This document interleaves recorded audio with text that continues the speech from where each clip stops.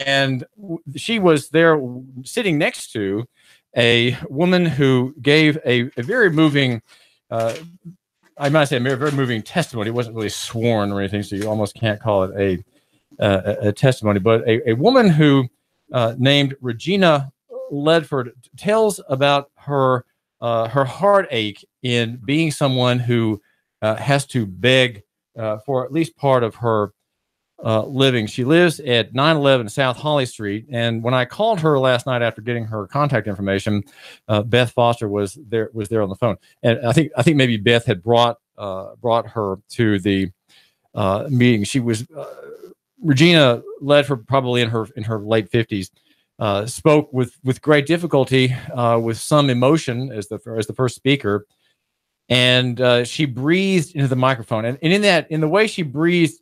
There was, as I heard it, a kind of laboring of her person there, and somehow in that breathing, you could sense her human condition very much. She said, "Sometimes I panhandle. Sometimes I'm embarrassed to go out panhandling. I'm embarrassed to be here talking to y'all about it. I freeze," she says, "when I stand at the corner. My whole body hurts when I stand at the corner. The reason I do that is that I don't have enough money," she says, "to pay my bills, to get food for myself and my animals. I get only $54 in food stamps a month." And that is the first person to speak last night. You can see her picture at yournews.com. That's yournews.com. Your News is our multimedia platform. We are everywhere. We are now in the billboard field. If you want to have your name on a billboard, just like you see all around town, the 92.7 FM billboard, that's me, David Tulis, here at Nooga Radio, and we're covering on my show local economy, the free market, and we're a multimedia platform. I'm the journalist with the bad question. I'm the journalist who asks such bad questions. I mean, I'm so unprofessional that Mayor Burke said last year in a little conflict that he was having with you, my listener. He said, "Whatever he tells you, don't believe him. He's not in the media." And that was because I was to be. It was the naming of David Roddy as the chief of police. Had to be moved to account for my possible presence on the scene, and that event is, from what I gather, was put inside the bowels of that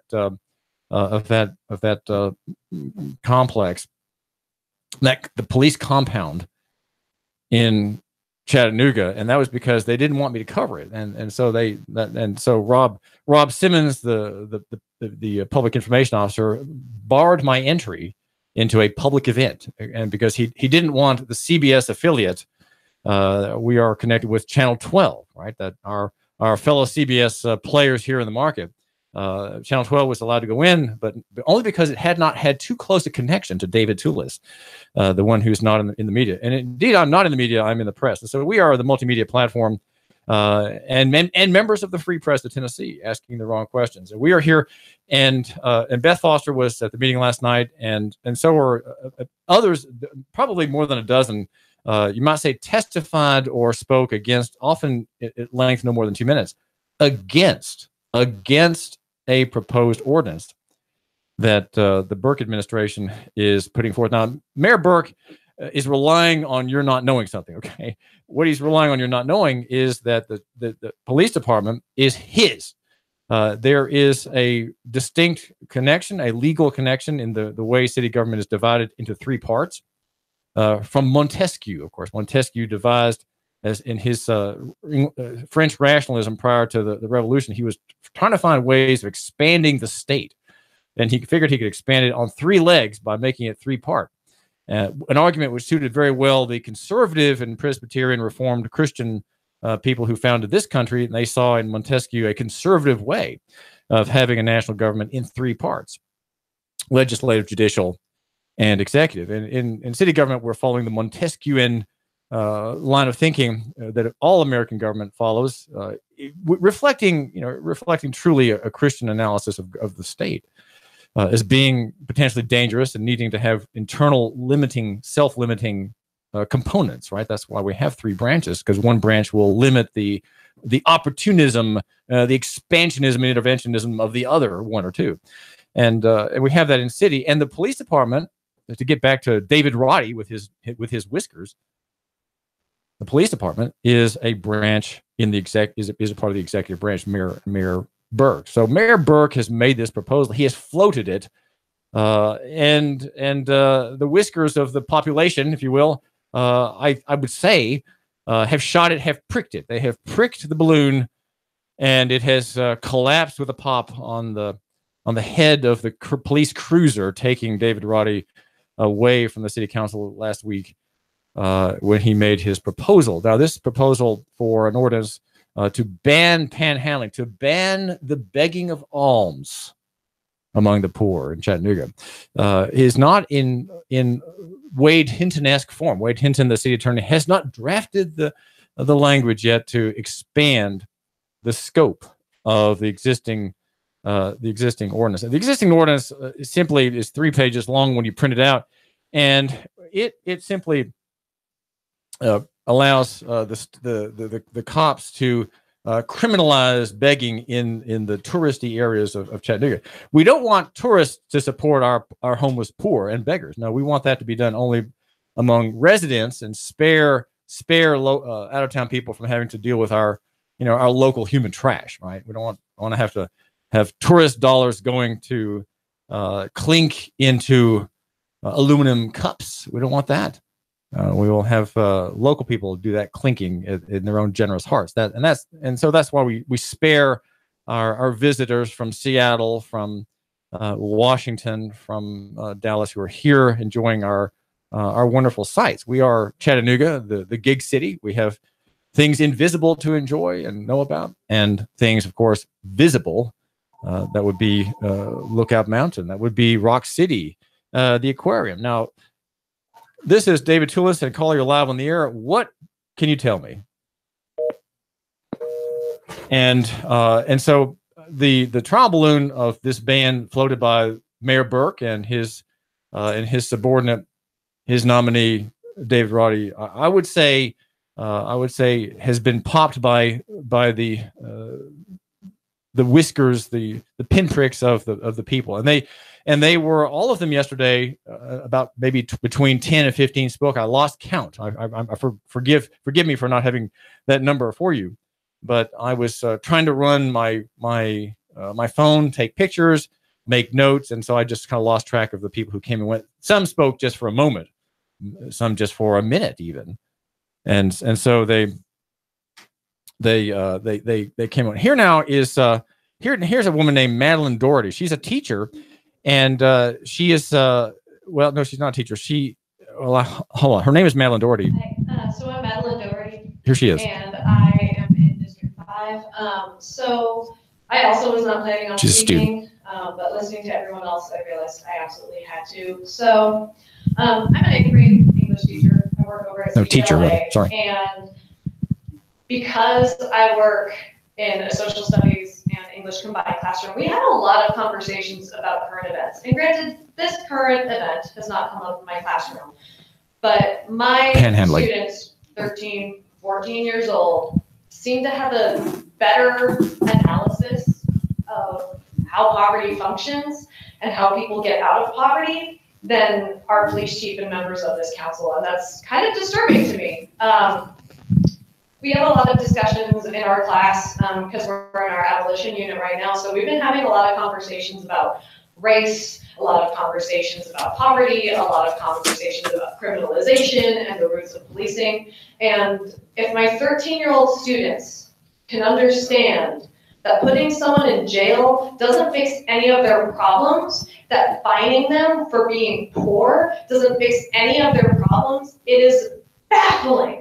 It is absolutely baffling to me that any adult who has been voted into office or any adult who claims to protect and serve this city would not understand that exact same thing.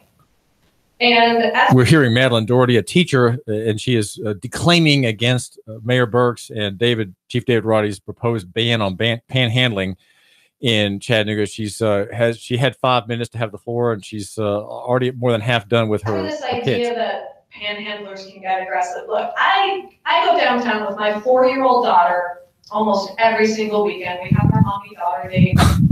We'll ride the free shuttle bus. We'll go for walks. And I have been approached by panhandlers while I have my daughter with me. And you know what those panhandlers do? They'll bend down. They'll look her in the eye. They'll ask her how she's doing. Once someone gave her a flower. This guy who had nothing to his name but a handful of flowers bent down and gave my 4-year-old daughter a little rose that she could take with her. And you are going to sit here, and our police chief is going to stand up and claim that these people are aggressive, that they are hurtful, that they are harmful, that they are a threat. These are some of the kindest, most gentle people you could possibly meet because they know what it is to be treated unkindly. And so they are kind. And we owe them, and they deserve nothing more than for us to give them the exact same kindness in return. If they can have the humility to say, I need help, and I am going to ask you for it, we can at the very least treat them with that same humility. Thank you. You've just heard Madeline Doherty, a teacher, with students 13 and 14. They're studying the abolition part of American history, where the effort was made to save Black men and women who had been brought over here as slaves from their servitude. And she was one of between about a dozen people who spoke, all of them unanimously against the ban on panhandling. There's one more little clip from Emma Wagner. She is a woman who is a survivor of domestic abuse, and she spoke to the city council last night. Lives downtown. I'm a 4.0 student at Chattanooga State in paralegal studies and deaf studies, and I'm not going to sign for you because when I get nervous, my hands are crazy. She knows how to sign. I don't look like someone who has ever been homeless. But 3 years ago, my story was very different. I'm a survivor of domestic violence, and I'm a single mother. And just 3 years ago, in order to feed my child, to buy the medication that I need desperately so that I don't seize out on the floor, to put gas in my car. She has seizures. Domestic violence victim advocate. I had to panhandle. Chief Roddy spoke that he knew what a panhandler looked like and that they're dangerous, that they're hurtful people. Do I look dangerous? Do I look like I would hurt anybody? I also briefly want to speak on the fining, and then if they can't pay their fine, they go to jail. We haven't forgotten that Silverdale is owned by CoreCivic, which is a for-profit prison corporation. We know this. The people are excited to hear this reference. Constantly, because I remember city council meeting last night. Year, maybe it was the year before that. Weren't they called Corrections Corporation of America? Don't people die there sometimes? And they don't really know why. Putting people in jail for asking for help is not only dangerous, but it can be deadly.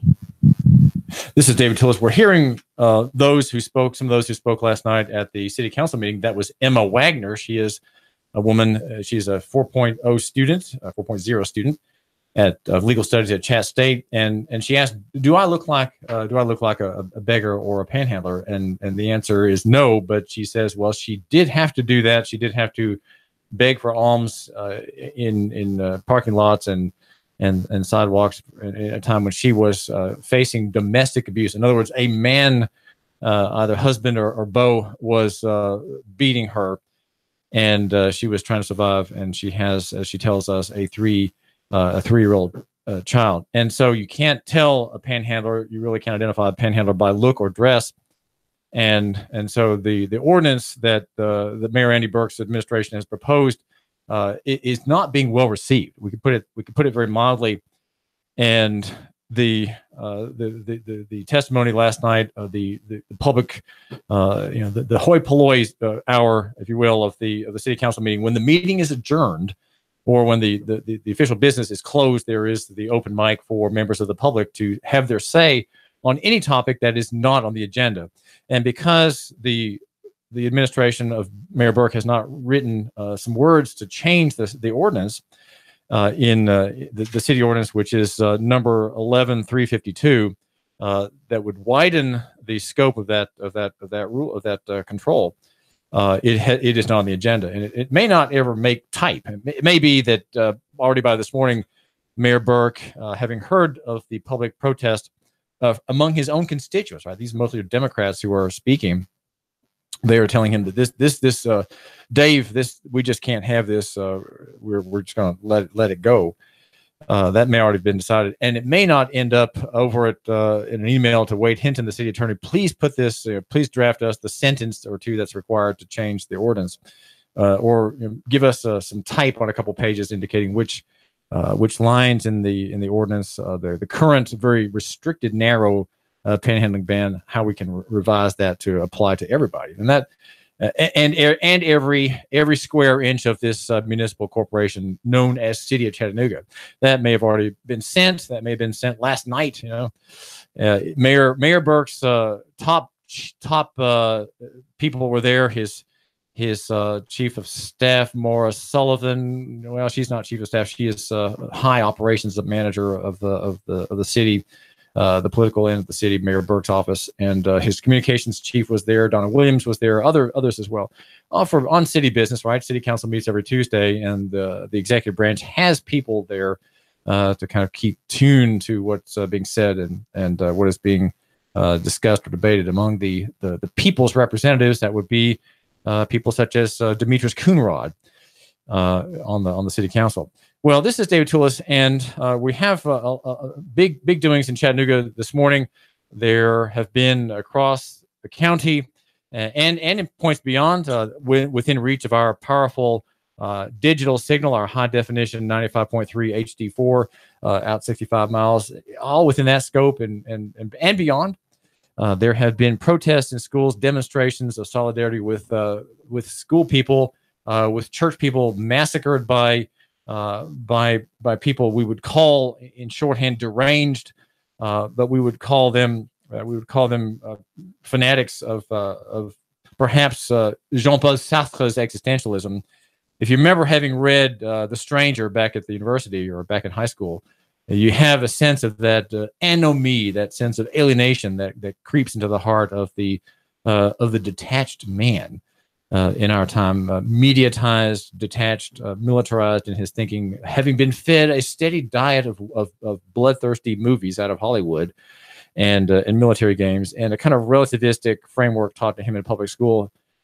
He's been well taught. He's been well taught by his betters that there is no law but your own, and if you're angry and you have a grievance, well, you can obtain your humanity. You can have that.